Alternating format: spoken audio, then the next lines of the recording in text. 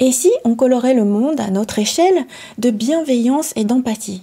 Après l'épisode 1 introduisant la communication non violente vers laquelle je veux tendre et la communication aliénante que je veux éviter, dans cet épisode, j'aimerais parcourir les premières phases pour s'exprimer avec sincérité.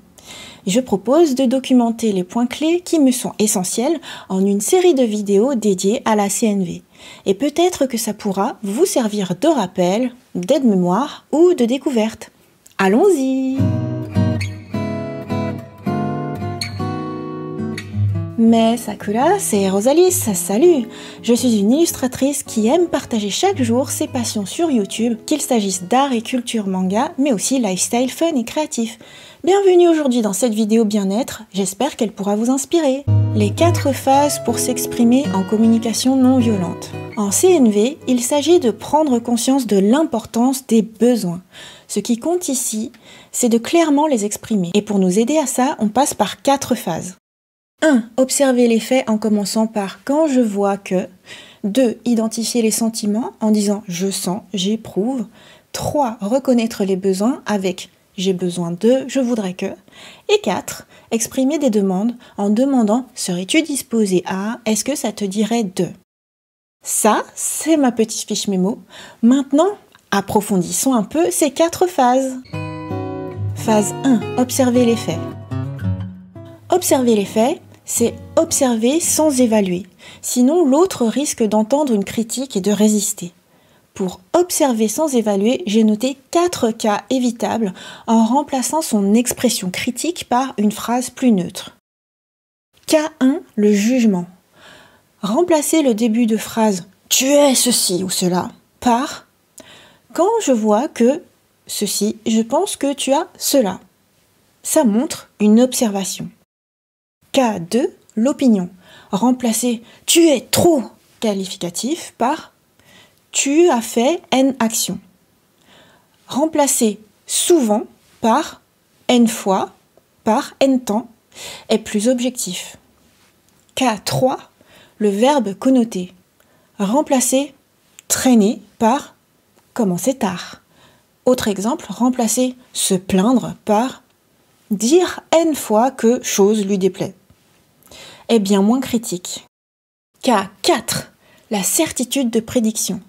Remplacez « si, alors tu vas » par « si, alors je crains que tu » montre le fait que je m'inquiète d'une conséquence possible. Phase 2, identifier les sentiments. Après avoir observé les faits, il s'agit d'identifier les sentiments.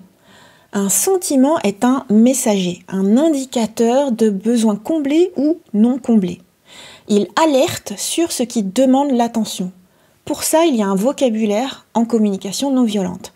Par exemple, plutôt que de dire « je me sens incapable », mon sentiment est plus clair en disant « je doute de mes capacités ». Ou encore, plutôt que « je me sens délaissé », dire « je me sens seul ». Autre exemple, plutôt que « je me sens incompris », dire « je me sens découragé ». J'ai choisi les mots qui me paraissent être les plus courants, ou du moins qui font coïncider le vocabulaire de la CNV avec le mien au quotidien. D'abord, voici les mots à éviter, car ils interprètent les actes d'autrui. Abandonner, attaquer, bousculer, brider, coincer, contraint, déconsidérer, délaisser, dévaloriser, entraîner, exploiter, ignorer, incompris, indésirable, maltraiter, manipuler, materner, menacer, mépriser, mésestimer, négliger, obliger, persécuter, piéger, provoquer, rabaisser, rejeter, surcharger, trahi, tromper, utiliser. Ensuite, le vocabulaire des sentiments à utiliser quand on a un besoin non satisfait. Abattu, accablé, affligé, agacé, amer, angoissé, anxieux, apeuré, atterré, attristé, blessé, bouleversé, chagriné, choqué, confus, consterné, contrarié, coupable, craintif, crispé, débordé, déconcerté, découragé. Déçu, dégoûté, démoralisé, démuni, dépassé, dépité, déprimé, dérouté, désabusé, désemparé, désenchanté, désespéré, désolé, désorienté, déstabilisé, détaché, écœuré, effaré, effrayé, embarrassé, énervé, ennuyé, épuisé.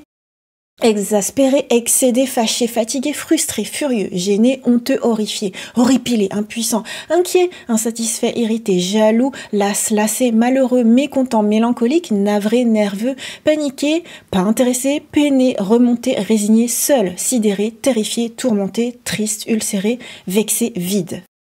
Enfin, le vocabulaire des sentiments à utiliser quand son besoin est satisfait.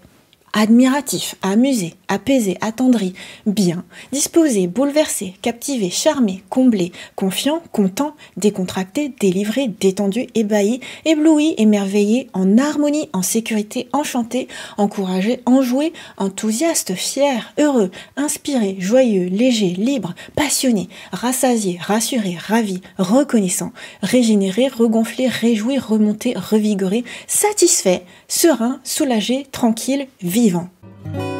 Assumer la responsabilité de ses sentiments. C'est pas le tout d'identifier les sentiments, il s'agit ensuite d'en assumer la responsabilité. L'important est de comprendre que les actes des autres peuvent être un facteur déclenchant, mais jamais la cause directe de nos sentiments. Quand on reçoit un message négatif, il y a 4 manières d'accueillir le message. 1. Se sentir fautif, c'est-à-dire accepter le jugement de l'autre, ce qui baisse son estime de soi et provoque de la honte. 2. Rejeter la faute sur l'autre, c'est-à-dire retourner le reproche, ce qui provoque de la colère. 3. Percevoir nos besoins et sentiments, ce qui est la base de la CNV. 4. Chercher à percevoir les sentiments et besoins de l'autre, ce qui est une bonne utilisation de la CNV. Si on rend l'autre responsable de nos sentiments, non seulement on renonce à notre pouvoir, mais en plus on fait peser la culpabilité sur l'autre. C'est aussi le cas quand l'autre nous rend responsable de ses sentiments. Il est inutile d'endosser la culpabilité du vécu d'autrui. Assumer la responsabilité de ses sentiments fait passer par 3 phases. 1. L'esclavage affectif. On se croit responsable des sentiments des autres, on croit devoir faire plaisir aux autres, on se croit obligé de remédier au mécontentement de l'autre et ça nous pèse. 2. La phase exécrable. De colère, on ne veut plus de ce poids, de cette responsabilité. Les sentiments des autres nous importent peu. 3. La libération affective. On réagit aux besoins des autres par bienveillance et non pas par crainte, culpabilité ou honte. On prend la responsabilité de nos actes, mais pas celle des sentiments des autres. Assumer la responsabilité de ses sentiments, au lieu de blâmer les autres pour ce qu'on éprouve, c'est relier nos sentiments à nos propres besoins, envies, attentes et valeurs. Pour ça, évitez les phrases comme « j'ai l'impression que »,« je sens que », qui finissent par énoncer sa pensée et préférez la phrase « je me sens » et faire suivre ça d'un sentiment. Par exemple, plutôt que « tu m'as déçu par ton absence », dire « j'étais déçu que tu ne sois pas venu parce que je voulais qu'on discute ». Plutôt que culpabiliser l'autre, on exprime son sentiment. On peut aller plus loin en exprimant son sentiment et en le reliant à son besoin.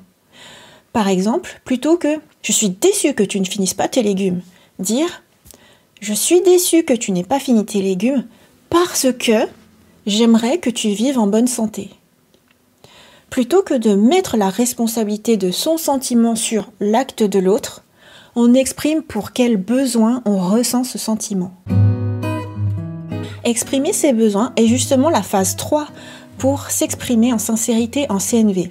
J'aurais aimé résumer les 4 phases en une seule vidéo, mais je crains que le contenu soit déjà trop dense, alors je préfère découper ça en 2 vidéos. On aura ensuite à traiter de la partie de l'écoute avec empathie et la bienveillance envers soi-même. Je vais faire de mon mieux pour transmettre ce qui me paraît essentiel dans cette série de vidéos sur la communication non violente. Si cette vidéo vous a plu, vous pouvez exprimer votre gratitude en lui mettant un j'aime, et pourquoi pas me soutenir dans mes créations en rejoignant mon fan club YouTube et Patreon. Les liens sont dans la description et avec la FAQ. Merci au soutien des membres Sakura que vous verrez en générique de fin qui me permettent de créer librement. Et merci à vous d'avoir regardé cette vidéo jusqu'au bout. Bye bye!